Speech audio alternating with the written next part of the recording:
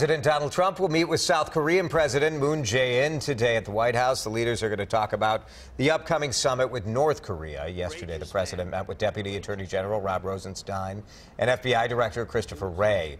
White House says the Justice Department has agreed to look into allegations that the FBI spied on the Trump campaign for political purposes.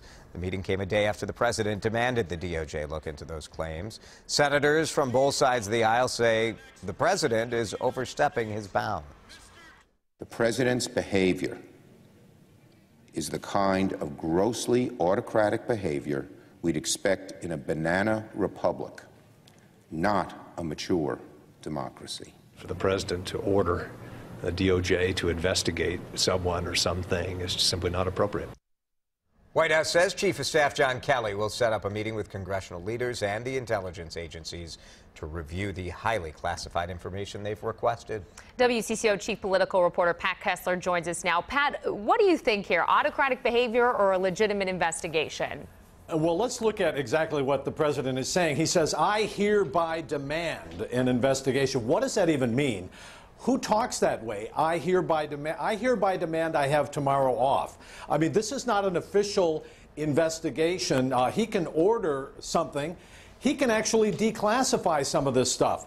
Having said all that, let's take a step back. Remember, the FBI does, in fact, have a history, a bad history, of implanting informants in different movements, like Martin Luther King and the Civil Rights Movement, the anti-war movement. That was many years ago, and reportedly the FBI has cleaned itself up. But it is important, I think, now that the president has raised this issue that people find out if it's true. It does not appear to be true, and doing all of what the president is doing raises a lot of people's anxiety about exactly what he's trying to do, maybe shield himself. Another highly unusual move, Pat. The president sent out an email to his supporters calling on them to sign a petition to force that investigation into whether Obama's FBI and DOJ infiltrated or surveilled the campaign for political purposes. I suppose the question here would be, like, what's the end game? If the Obama administration were infiltrating, why would they wait to reveal all this stuff? Why it doesn't, that part of it, just because it doesn't make sense doesn't mean it didn't happen, but there are some logical questions here. And the president is throwing up a lot of smoke and maybe some fire on this. Remember, it was never revealed during the campaign that the Trump campaign was actually under investigation. Having said all that, and Hillary's was under investigation, and that was revealed.